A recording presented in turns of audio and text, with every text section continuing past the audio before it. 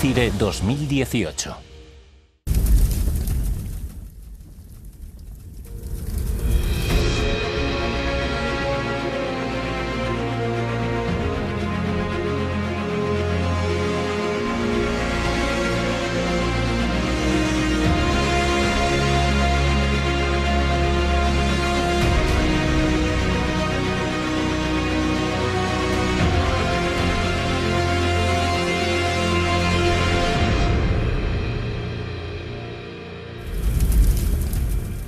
Buenas tardes.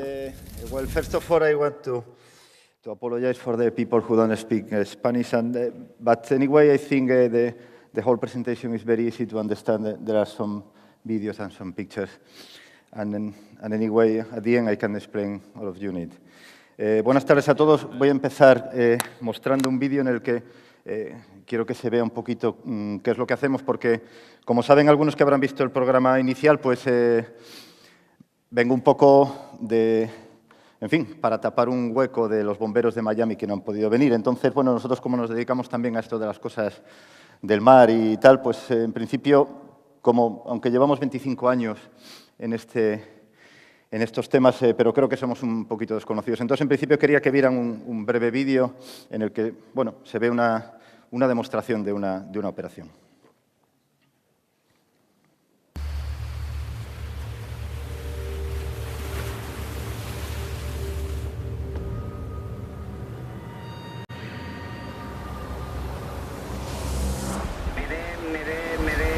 Embarcación Catalina, mi embarcación se está hundiendo y he abandonado la misma en una balsa salvavidas.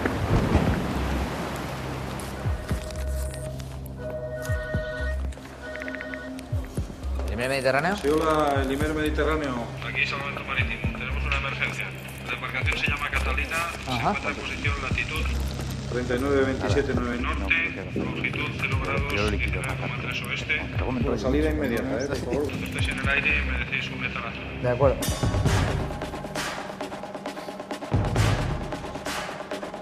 Miguel.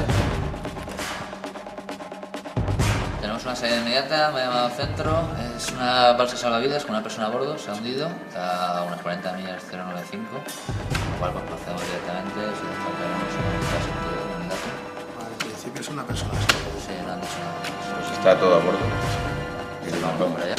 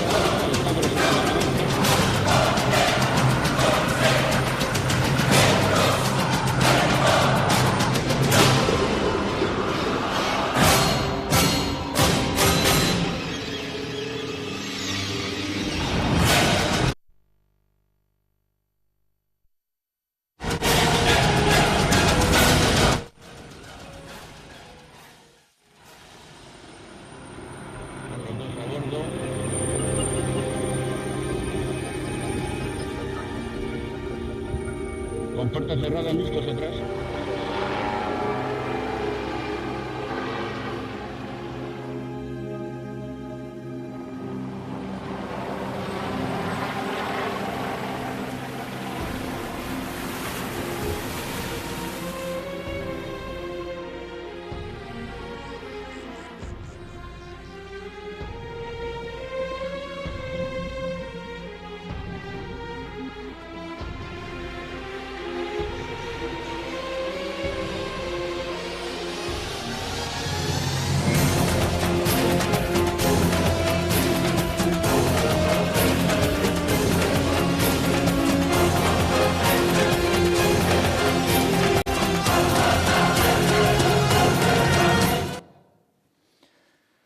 Bien.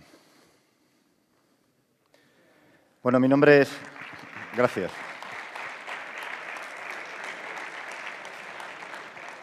Mi nombre es José Manuel Allegue, soy de Salvamento Marítimo. Como ustedes sabrán, aquí en Castellón hay un centro de salvamento. El jefe es Javier García, que está aquí presente, y es el que me ha invitado, y bueno, le agradezco a él la ocasión y, por supuesto, a toda la organización el que nos hayan dado cabida para bueno, intentar explicar un poco qué es lo que hacemos. Yo llevo en Salvamento pues 20 años y, como ya les he dicho, ahí tenemos nuestro logotipo con nuestros 25 años y, de todas formas, seguimos pensando que somos desconocidos, precisamente porque las operaciones que hacemos las hacemos todas en la mar y no es, pues en el mundo de las emergencias todas son mediáticas y las nuestras no es que no lo sean, es que no se ven ante el público. Entonces, estas oportunidades en las cuales podemos mostrar un poquito nuestro trabajo, pues las agradecemos. El título de esta no es una charla al uso, sino que voy a explicar una especie de caso real, simulado, pero que se produce a diario. Esta operación que acaban de ver aquí es una promo, pero esto, bueno, pues yo creo que no hay día al año que no hagamos una operación de este tipo en las costas españolas. Ya les digo, lo que vamos a hacer es como una especie de, aparte aprovechando el mundo académico mejor, porque me va a caer por todos los lados, porque voy a hablar de matemáticas, fórmulas y todo esto, y entonces pues supongo que la gente de ciencias dirá, este tío qué cosas dice. Si me paso mucho, por favor, no dejen de hacerlo. Bien. Yo la parte de la que quiero mostrar un poquito, como ven, hacemos rescates, hacemos salvamentos, luchamos contra la contaminación, nos dedicamos a todo el tema de seguridad marítima, ¿no? En todos los sentidos, como ya he dicho, incluso la contaminación marina. Pero esto que han visto ustedes es un rescate desde un helicóptero y, bueno, aparte de ser una promo y tiene que durar un tiempo determinado, pues hay algo que ha hecho que el resultado sea muy rápido, que es que han ido a tiro hecho a buscar a recoger a esa persona que estaba en la balsa porque ha utilizado los medios que tenía disponibles para transmitir su posición, etcétera. Con lo cual, el helicóptero, que tiene base en Valencia, este helicóptero está ahí, a unos kilómetros de aquí, en el aeropuerto de Valencia, ese en particular, pues simplemente lo que ha hecho es despegar, proceder a esa posición y hacer el rescate. Lo que yo quiero mostrar un poquito aquí es un proceso anterior que se produce en muchísimas emergencias, que es que nosotros tenemos un hándicap, que es el tiempo, y el tiempo es que primero tenemos que buscar dónde está la emergencia. Por lo general, recibimos alertas de todo tipo, de emergencias en la mar, ya sea cerca o en alta mar o incluso fuera de nuestra zona de responsabilidad. El tiempo es muy importante y lo primero que tenemos que hacer es intentar mejorar para conseguir que ese tiempo de respuesta sea lo más corto posible. Y lo que tenemos que hacer primero es buscar dónde se produce la emergencia. Las emergencias, por lo general, de este tipo son búsquedas previas a un rescate. En todo el ámbito marítimo, pues digamos que es tan dispar como que hay emergencias que son rápidamente identificables y otras, pues sucesos del tipo que veremos ahora simulado, que es, pues he querido recrear una persona que sale con un bote a remos desde Castellón, desde la costa de Castellón, hacia Baleares. Puede parecer algo un poco disparatado, ¿no? Hemos estado durante todo el día oyendo hablar de prevención y de autoprotección, que incluso la Ley Nacional de Protección Civil nos obliga a ello. Sin embargo, bueno, pues hay actividades deportivas o actividades profesionales que entrañan cierto riesgo y estas situaciones se producen. Entonces, esa parte que es, lo que yo quiero hablar un poquito, esa parte que es el buscar a la persona dónde se ha producido la emergencia es vital. Bien, Es curioso un proceso de búsqueda, porque no se puede hacer nada en esa emergencia, no se puede resolver la emergencia, que es rescatar a la persona, rescatar o salvar tanto las vidas humanas en principio como los bienes materiales, que sería el barco, las cargas o lo que fuere, si no sabemos exactamente dónde está. Entonces, genera una tensión muy curiosa. Yo soy, bueno, me iba a presentar con la anterior y no me he presentado del todo. Yo lo que soy soy operador SAR, ¿no? Lo que se denomina en otros países un operador SAR, un operador de un centro de coordinación de salvamento marítimo, ¿no? Nuestra especialidad o lo que hacemos a diario en lo que intentamos mejorar, lógicamente, es en todas estas técnicas de búsqueda. Estas técnicas de búsqueda que en el momento en el que se produce una emergencia de este tipo, pues esos procesos son unos procesos realmente vividos muy extraños, ¿no? ¿Por qué? Porque el proceso de búsqueda es un proceso intrínsecamente nervioso. Nos decía un matemático en el año 89. Lo curioso de esto de las búsquedas es que siempre ha sido algo al azar, ¿no? Entendemos un poco la historia de la navegación y del mar y de los profesionales de la mar y la gente que viajaba a bordo de buques, que, bueno, simplemente cuando había un accidente marítimo aparecían por la costa, ¿no? Entonces, pues la gente del lugar donde aparecía pues, ahí, pues, un bote o personas o cadáveres o cuerpos o restos o lo que fuera, pues algo ha debido de pasar, ¿no? Y las noticias de un barco que se hundía o lo que fuera, pues igual pasaban días, semanas o meses, con lo cual no se generaba ningún proceso de búsqueda, jamás, ¿no? Los accidentes ocurrían un poco más que sin más. Como verán ahora en un breve gráfico que les mostraré, una escala de tiempo, son todo procesos matemáticos y son procesos matemáticos relativamente nuevos, son de mitad del siglo pasado.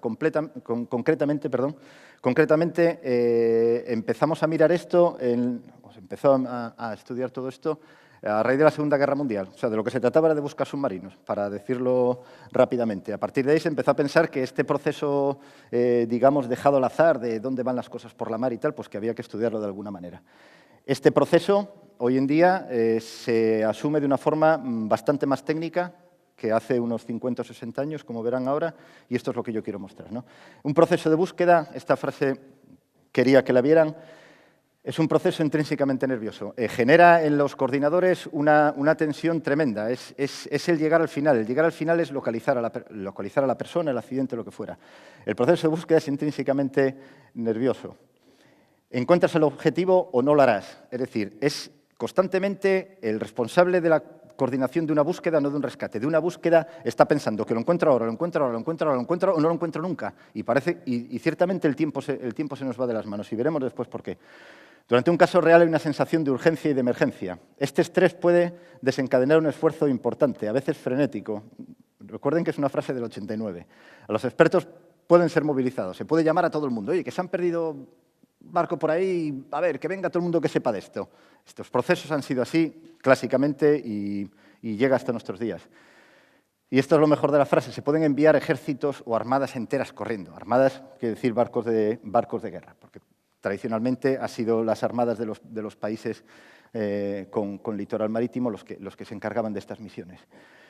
El coordinador o responsable puede tomar decisiones intuitivas que son dolorosamente erróneas. ¿Cómo se han afrontado las búsquedas clásicamente? Pues hay una frase que utilizamos en el mundo del salvamento en España que es «saca todo».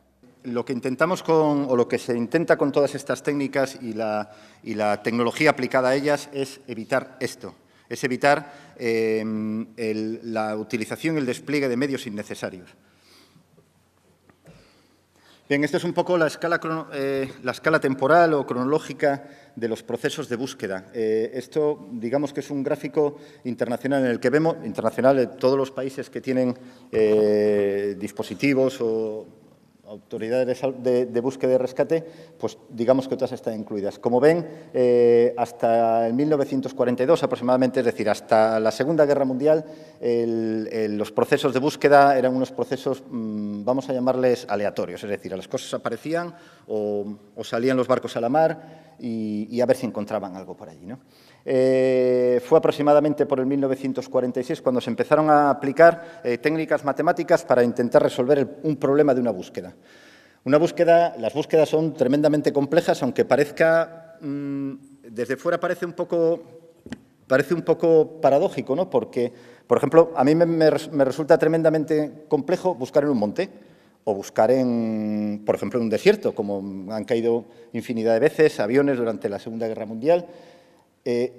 ¿Qué nos ocurre en la mar? Que en la mar solo tenemos dos dimensiones, no tenemos sitios donde la percepción sea diferente, que hay algo que esté detrás de un montículo. No, en la mar es todo plano, con lo cual puede parecer más simple. Sin embargo, no se abordó hasta finales de los años 40 este proceso de una forma matemática. Se recurrió simplemente a la estadística. Entonces, el primer proceso, lo que quiero que vean es un poquito cuáles eran los procesos iniciales, muy rápidamente, y cómo hoy en día, como tenemos mayor conocimiento, tanto estadístico como de cuál es la realidad de una situación de este tipo, pues cómo aplicamos nuevas tecnologías. Bien, empezamos con la clase de matemáticas. No va a haber matemática ninguna. Bien, para buscar en la mar lo que utilizamos son unidades de distintos tipos. Por supuesto, la herramienta más efectiva son las unidades aéreas, porque tenemos una capacidad de búsqueda muy superior. Es decir, desde un avión se ve mucho más rápido y mucho más que desde una unidad de superficie. Por la altura es tremendamente obvio. Se empezaron a hacer, a final de los años 40, se empezaron a hacer pruebas para intentar detectar cuál era la capacidad de búsqueda desde una unidad o desde qué se puede ver desde una unidad aérea, qué se puede ver desde un avión, qué se puede ver desde un helicóptero. Pues lo que se hizo es un proceso muy simple, que fue lanzar una serie de objetos e intentar ver probabilísticamente, sacar unos valores, de intentar ver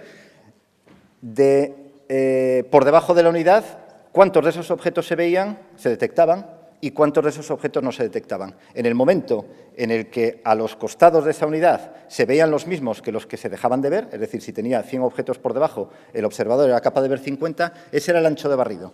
Es lo que se define como el ancho de barrido, que digamos que es el valor fundamental en todo tipo de búsqueda. Con lo cual ya nos va dando una idea que realmente, cuando estoy buscando algo en la mar, que yo pase por encima de ello, con una unidad aérea, con un avión, que yo pase por encima de ello, no quiere decir que vaya a detectar ese objeto que estoy buscando o ese objeto de la búsqueda, concretamente, ¿no? No siempre se pierden balsas salvavidas, como en el vídeo que han visto, sino que el caso más difícil es el que se da más habitualmente, pues es la caída de una persona a la mar, ¿no? Es tremendamente complejo intentar verlo. Bien, pues ya vemos que ya hubo por el 1946 una serie de aproximaciones matemáticas a todos estos procesos de búsqueda. Bien. Con lo que contamos siempre es que para resolver una búsqueda se puede obtener algún valor, se puede tener algún valor numérico en el cual yo pueda de alguna manera ver si esa calidad, si esa búsqueda es buena, regular, necesito volver a buscar en el mismo sitio, tomar una segunda decisión o lo que sea, necesito agarrarme a un valor numérico, un valor matemático de alguna manera. De ahí aparecieron matemáticamente estos tres conceptos, que son conceptos puramente estadísticos y son unos porcentajes, sin más. Solucionar una búsqueda, las posibilidades de éxito en una búsqueda son proporcionales a otros dos valores, que son las posibilidades de detección y las posibilidades de contención. Es muy simple. Posibilidades de contención, lo podríamos definir como, es que yo tengo un área de búsqueda y resulta que si las partículas, probabilidades para arriba y para abajo... No, vamos a ver. Si yo busco donde está el objeto, tengo posibilidades de detectarlo. Es decir, si mi área de búsqueda contiene el objeto que estoy buscando, tengo posibilidades de detectarlo. ¿Qué es lo que nos ocurre? Pues que muchas veces estamos, por las razones que sea, buscando con el objeto fuera del área de búsqueda, con lo cual posibilidades de contención se descienden bruscamente.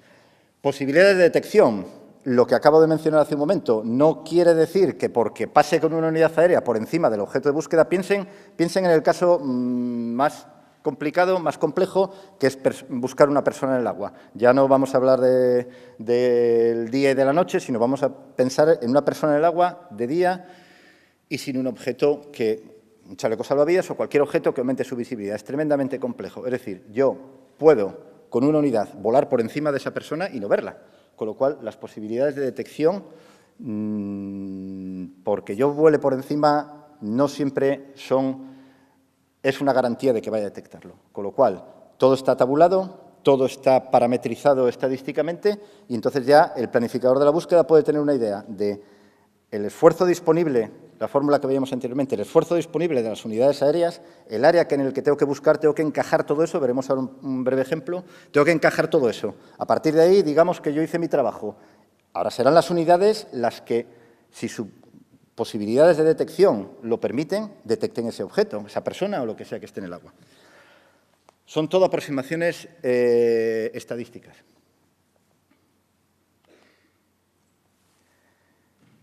Empezamos, ahora pues las cosas sabemos que se mueven, los barcos navegan, pero cuando se empezó a estudiar todo esto, pues se empezó por el caso más simple, que era algo que estuviera parado. También estos principios se estudiaban objetos que estaban debajo del agua, porque tenían una ventaja el encontrarlos, que no se movían. Sin embargo, lo que nosotros intentamos buscar, el hándicap que tiene es que además se mueve, no se está quieto, es más difícil. No es que no quiera ser encontrado, pero es un hándicap dentro de una búsqueda. Además, cuando un centro de coordinación o cuando el coordinador es alertado de que tiene que buscar un objeto, una persona en este caso, ¿dónde está? Pues hay de todo, aquí hay de todo. Hay desde una posición exacta porque una persona lleva una localización con GPS y dice, pues esta persona cayó a la mar hace 2 horas aquí. El tiempo que se tarde se moverá por viento, por corriente, o se cayó yendo de Castellón a Palma de Mallorca.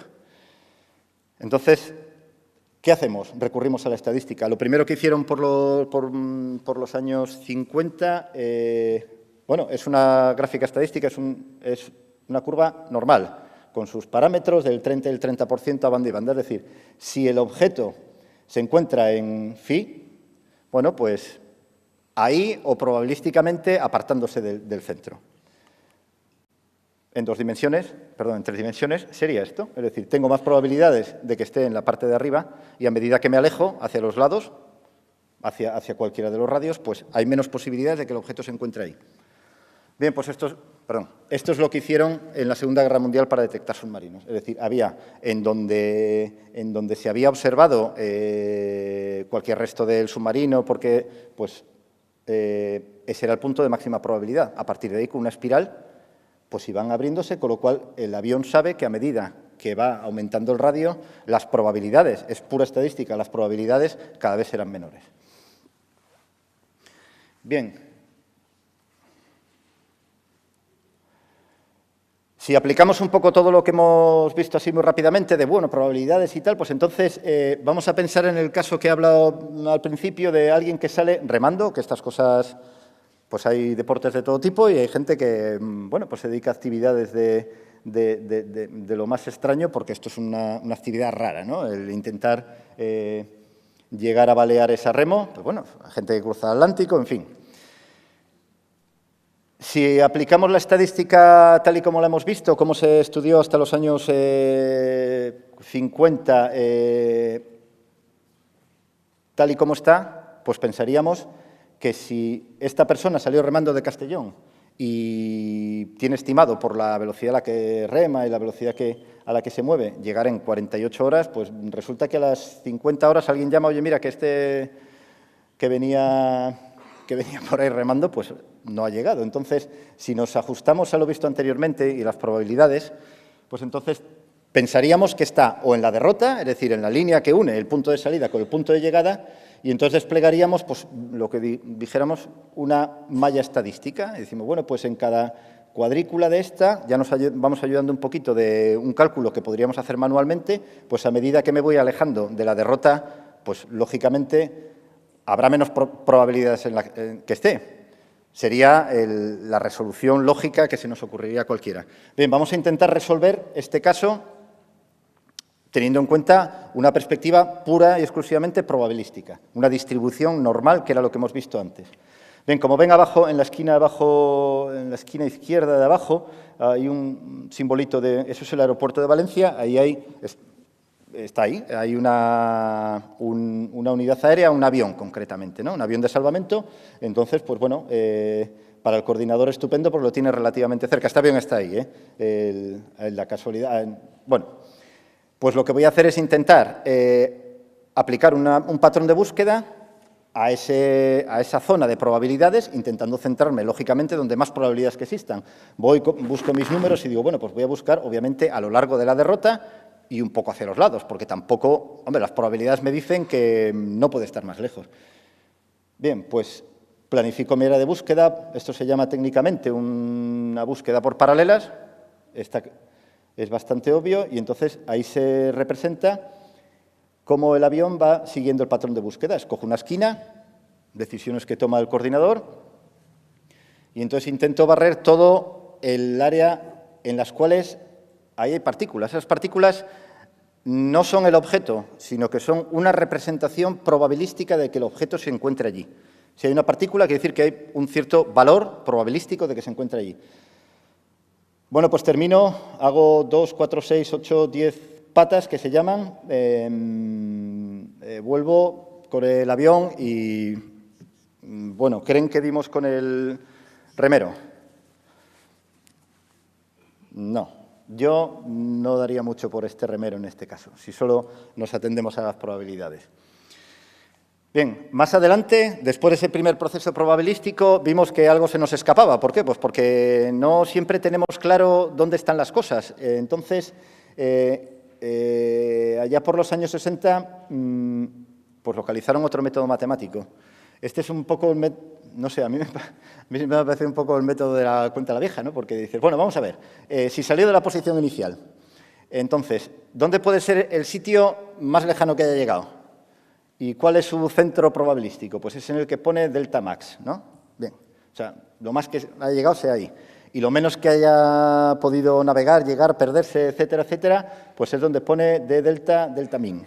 Vale, pues si no está en el mínimo o no está en el máximo, pues o estará en el mínimo o en el máximo. Ah, pues va, bien, fácil. Cojo el área que coge los dos puntos, digamos en el de máximo alcance y en el de mínimo alcance. Bueno, pues eso es lo que se llama el minimax method. O si por lo menos habrá llegado hasta aquí y por lo menos habrá llegado hasta allí. Esa es la aproximación de los años 60. Esto todavía, un poco el título de la presentación son las tecnologías, esto todavía lo podríamos hacer a mano, ¿no? Se puede trazar en una carta, los operadores SAR somos prácticamente todos marinos, entonces esto, pues bueno, hacerlo en una carta, en cualquier sistema digital que tenemos hoy, pues está al alcance de cualquier persona, ¿no? La representación probabilística en 3 dimensiones sería la figura de abajo. Entonces ya vemos que probablemente nuestro remero que salió de Castellón para Baleares probablemente ya no esté en donde las partículas representaban que podían estar probabilísticamente.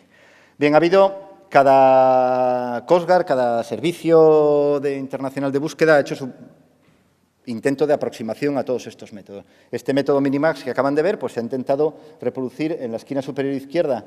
Es una representación gráfica de cómo los canadienses, pues bueno, generaron un software para hacer ese tipo de aproximación. Ven que los círculos internos son los círculos digamos, el menor alcance de probabilidades y el máximo es el que los encierra a todos, con lo cual un poco me cubro, digamos, que cubro todas las posibilidades. Esto lo que hace es multiplicar las áreas hasta no ser capaces de abarcarlo con una unidad.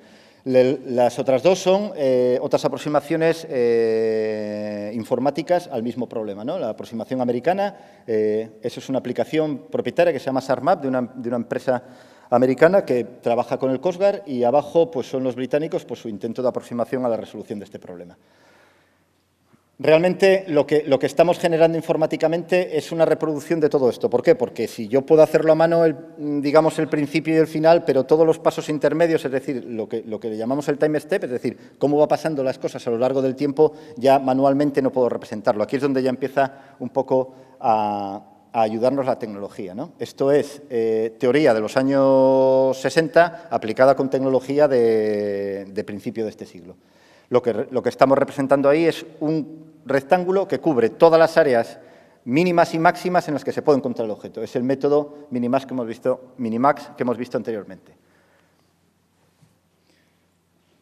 Bien, pero este proceso resulta que no es estadísticamente tan fácil de reproducir, de representar. No es fácil generar un modelo de este tipo. ¿Por qué? Pues porque no es un sistema determinista. Hay mucho dentro de este proceso que desconocemos. ¿Cómo nos aproximamos entonces en la actualidad a todo este problema? ¿Qué es lo que nos ocurre? Que nuestro remero no sabemos si se ha quedado parado, si ha volcado o qué es lo que le ha ocurrido, pero además lo que sí sabemos, por eso no lo encontrábamos antes, porque el remero no se iba a quedar probabilísticamente en la mitad de la derrota o en un costado. Existen vientos, una representación en la imagen de abajo de la izquierda, y existen en la mar corrientes y otros tantos efectos que producen lo que denominamos técnicamente los forzamientos. Lo que están haciendo es, por decirlo de alguna forma simple, es empujar a nuestro objeto en un momento en el que esté parado y cuando está en movimiento también. Con lo cual, ya vemos que todo esto, ya el procesar toda esta información ya no se puede hacer manualmente. Ese es el motivo de utilizar tecnología o programas de simulación de búsqueda. Bien, esta es la realidad de donde se encuentra nuestro remero. Como ven arriba representado, son las corrientes en la zona, en toda la zona. Es un campo completo de corrientes, ya no es en un punto. Y abajo pues es el viento que le ha estado soplando, forzando durante todo el viaje. Vemos, bueno, pues que ya existen representaciones de estos modelos meteoceanográficos y tenemos forma de verlos. Volvemos otra vez para atrás y vamos a buscar el remero, pero ahora vamos a aplicar que ya no solo probabilísticamente esté por donde iba o un poquito hacia los lados, sino que además, si ha parado en algún momento o durante toda su trayectoria, ha sido influido por vientos y corrientes. Vamos a intentar resolver otra vez el caso y vamos a ver cómo quedaría si en la simulación anterior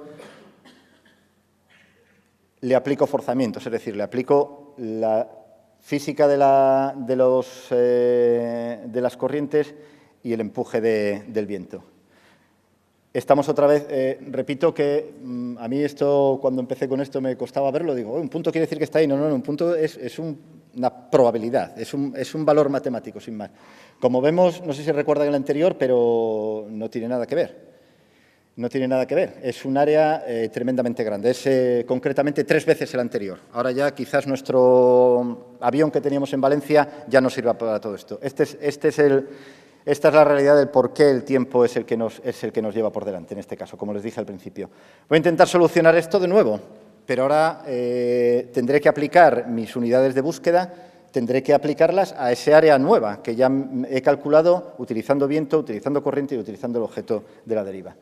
Pues voy a volver a reproducir ahora necesitaré, como el tiempo va pasando, necesitaré utilizar 2 unidades en lugar de una. Si quiero tener posibilidades de contención, es decir, quiero barrer, que es como técnicamente se llama, quiero barrer todo el área donde probabilísticamente se encuentra la partícula. Ya con por decirlo vulgarmente, ya con el avión no me llega. Necesito una unidad nueva. Entonces, utilizo un helicóptero, que en este caso también tendría, por suerte para el remero, basado en Valencia. La cosa es totalmente diferente a como antes. Estos son 48 horas. Tenemos búsquedas que se prolongan por días. Se multiplica. Piensen también en el verano, no es lo mismo que el invierno. El invierno hay muy pocas horas de luz. Las técnicas de búsqueda visual son aplicables exclusivamente, obviamente, durante el día. Por la noche las cosas son muy diferentes y los problemas se complican. Por eso el tiempo es vital. Bien, esta es otra forma de ver la aplicación del mismo caso. Como ven, además, el sistema no es estático. Obviamente, la persona o el objeto de la búsqueda sigue moviéndose en el escenario. Poco lo mismo, volver a repetirlo con técnicas de búsqueda y, por lo menos, la parte de planificación de la búsqueda, digamos que aquí ya vemos solo con la representación que si las líneas representan las áreas de búsqueda, más o menos, así a ojo, aunque digo ojo, pero luego, por supuesto, todos estos programas permiten obtener un valor numérico, a ojo ya veo que casi he conseguido tener unas posibilidades de contención, es decir, he barrido todo el área. Otra cosa es que la unidad, como ya les he dicho en un par de ocasiones, pueda haber ese objeto o no pueda haberlo. Bien, esto que quería que vieran también no es teoría, no son ejercicios, todo lo anterior ha sido una simulación. Esto es una realidad, esto es una emergencia. Os digo que lo que hacemos no se suele ver, no es una representación, es la señal de los transpondedores de las unidades. Es decir, todas estas técnicas realmente sí que se aplican y quería que vieran un poquito cómo se hace. Esto es una búsqueda de una pequeña embarcación de 6 o 7 metros de eslora desde las costas de Marruecos hasta España. Son 100 y pico millas. Es tremendamente difícil. Esto es muy difícil a mí me sigue pareciendo muy difícil. Puede parecer que no, tal, porque yo veo una embarcación pequeña, la veo en una playa. Son muchas millas, son 180 kilómetros para buscar una pequeña embarcación. Bien, pues lo que se hace es se buscan las zonas de máxima probabilidad y se despliegan las unidades intentando generar unos patrones de búsqueda que cubran la máxima probabilidad de que el objeto esté ahí, ¿vale? Y con unos parámetros de altura de vuelo, de velocidad de vuelo y ven que las calles, como se denominan, pues tienen una separación. A medida que tiene una separación máxima, dependiendo del objeto que se vaya a buscar. Si estamos buscando un ferry, pues podemos hacerlo con muchas millas y si no, habrá que ajustar. Esto es un proceso de búsqueda normal. 5 minutos, vale, termino enseguida. Bueno, gracias. Pues ya hemos hecho nuestra planificación perfectamente, tenemos las áreas diseñadas, tenemos las unidades. Bueno, pues ahora tenemos que salir a buscar. Todas estas técnicas que les estoy diciendo son búsquedas visuales. Esto se hace hoy en día, no es que sea cosa del pasado ni como he hablado antes, del siglo pasado. No. Se busca a ojo, ¿vale? Y todas estas técnicas, todos los parámetros, todas las tablas, todos los valores, todos son búsquedas visuales. Es decir, hay alguien mirando por una ventanilla, iba a decir, bueno, es una especie de huevo en los costados de las unidades aéreas y están buscando, están mirando. Es decir, la capacidad de detección es la capacidad de detección de un ojo humano y el que se cansa es la persona que va mirando. Y el que se confunde al mirar es la persona que está mirando.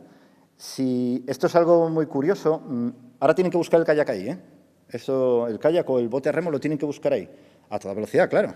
Entonces, el proceso ahora de las posibilidades de detección no es realmente fácil. Vamos a ver cómo realmente se hace y para que vean cuál es la realidad de la complejidad de encontrar un objeto en la mar. Hemos hecho la parte que hacemos los coordinadores SAR, que es lo de, guau, yo estoy sentado ahí, ya planifico mis búsquedas, tengo mi corriente y mi viento y esto va para acá, para arriba y para abajo, y bueno, pero yo sigo sentado ahí, ¿no? Luego las unidades son las que tienen que volar y tienen que hacer esto. Y no es fácil detectar las cosas en la mar, ¿eh? Vamos a ver un par de ejemplos, ya casi estoy terminando, vamos a ver un par de ejemplos de cómo se ven las cosas en la mar, y hay uno en particular. Yo he venido un poco a ciegas a dar este ratillo con ustedes y resulta que, bueno, pues me encontré por ahí o me pareció interesante un kayak y resulta que hoy he aprendido de kayaks lo que no sabía. Bien, pues van a ver la complejidad que es encontrar a una persona, a un kayak. De la persona ya ni hablamos.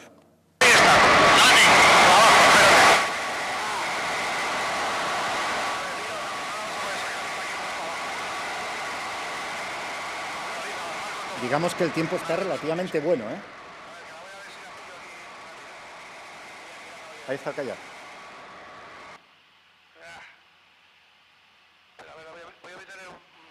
Ahora ya es imposible detectarlo. Ahí te mando un directo. Vale. Sí, está. Vale, volvemos a las matemáticas. Posibilidades de contención, estupendo. El tío que está en el centro de salvamento lo ha hecho muy bien porque me ha dado el avión, me ha dado un área estupenda porque el kayak estaba ahí. Vale, ahora tengo que verlo yo. Y han visto que es tremendamente complejo. Eso no es mal tiempo, ¿eh? Eso es... Bueno, eso no está mal, pero no es mal tiempo ni nada por el estilo. Como han visto, es tremendamente complejo ver un kayak. Esto, en este momento, no sé si se verá en este gráfico... Probablemente vayan volando unos alrededor de 1.000, 1.200 pies, a unos 300, 400 metros, en unos 180 nudos de velocidad, unos 300 kilómetros por hora. Esto es muchísimo menos de cualquier avión comercial en los que volamos. Y aún así es tremendamente complejo, ¿eh? Vamos a ver algún caso más. Este es muy curioso, quería que lo vieran, para que vieran cuál es la diferencia entre lo que ve una persona y lo que ve un sensor electrónico. Esto es lo que ve una persona, aunque lo esté viendo en un monitor, es imagen. En el momento en el que cambia de imagen infrarroja, sí es capaz de detectar el objeto. Esto al ojo humano es prácticamente imposible. Es un pequeño bote de unos 6 metros de eslora. Repito otra vez, es tremendamente complejo encontrar un objeto en la mar. Bueno, ahí hace un poco de mal tiempo. Si ven, en el momento en el que hay un poco de mar, pues se confunde, obviamente, cualquier cresta de la ola se confunde con el objeto de la búsqueda. Repito, no vamos a hablar de una persona. Intenten buscar ahí, si el bote de 7 metros cuesta verlo. De hecho, esta operación, que es del año 2016, hace un par de años, esto es en Canarias, si no cambian a infrarrojo no lo ven. Y si entendemos que la primera búsqueda es correcta, iremos a buscar una segunda vez, el planificador planificará una segunda búsqueda ya en un sitio donde no está, porque estaba aquí. Y por último, ya termino, esto es lo que ya tenemos, o lo que tendremos, o lo que manejaremos. Ahora ya se nos acabaron las probabilidades. Ahora tenemos que buscar otra cosa. Esto es una representación de un sistema de información geográfica de EMSA. EMSA es una agencia europea de seguridad marítima que presta servicios a los países miembros a demanda. Uno de los servicios que presta es un sistema de información geográfica, ¿vale? Un SIG visto desde el punto de vista que se puede meter todo ahí. ¿Qué estamos viendo ahí? Ahí estamos viendo una representación, si se fijan, bueno, la representación de tierra es la parte amarilla. Si se fijan en la parte blanca por el sur de la isla de esa es Mallorca, se ven unas flechas. Nos están indicando cuál es el viento y la corriente en superficie. Pero esto no son simulaciones de sesudas de ordenadores tremendos. No. Esto es imagen SAR, es imagen de radares de apertura sintéticos. Desde un satélite estoy viendo todo esto. Estoy viendo el viento que hay. O por lo menos tengo una representación, la devolución de la señal radar me permite computar cuál es el viento en superficie. Me permite computar cuál es la corriente en superficie, en el momento, claro. Además,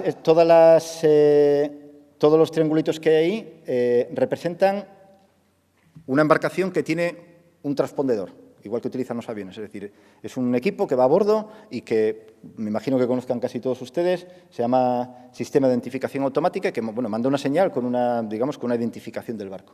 Entonces, mezclamos todo eso y entonces el operador estaría viendo cuáles son los blancos, los barcos identificados con ese sistema de identificación automática. Además, tengo una referencia geográfica de dónde están las cosas. Además, tengo una imagen satelital. Esa imagen que ven no es óptico, no es una foto, es imagen SAR. Es lo mismo, es radar de apertura sintética. Es igual que un radar o los radares que nos cogen a veces por la carretera, pues es un poco lo mismo, ¿no? Emite una señal de un satélite y la devolución, pues bueno, con una serie de algoritmos se genera esa imagen. ¿Qué es lo que ocurre con toda esta tecnología? Que ahora ya nos obligan a que ya no vamos a empezar a buscar, y ya termino, no vamos a buscar en la mar. Ahora vamos a tener que empezar a buscar en las imágenes de representación electrónica, que repito que no es una foto. Eso es una imagen. Las búsquedas comenzarán a ser, y serán, y son ya, de hecho, una de las utilidades de las constelaciones satelitales es las búsquedas y rescates. Están totalmente desarrollados para las búsquedas terrestres y en el mundo de las emergencias terrestres, tanto de incendios como de cualquier otra catástrofe, inundaciones, prácticamente todo está, además se reposicionan satélites para tomar imágenes de las zonas de los siniestros. Sin embargo, en el ámbito marítimo todavía está un poco la imagen para detección de objetos pequeños, porque claro, buscar un transatlántico, pues tampoco nos hace falta mucha imagen de satélite, ¿no? Pero los objetos muy pequeños, como lo que hemos visto antes, todavía nos falta, pero el futuro o el presente ya será que ya no buscaremos primero en las imágenes antes de planificar las búsquedas y de encontrar los objetos. Bien, pues eso era todo lo que les quería comentar. Gracias.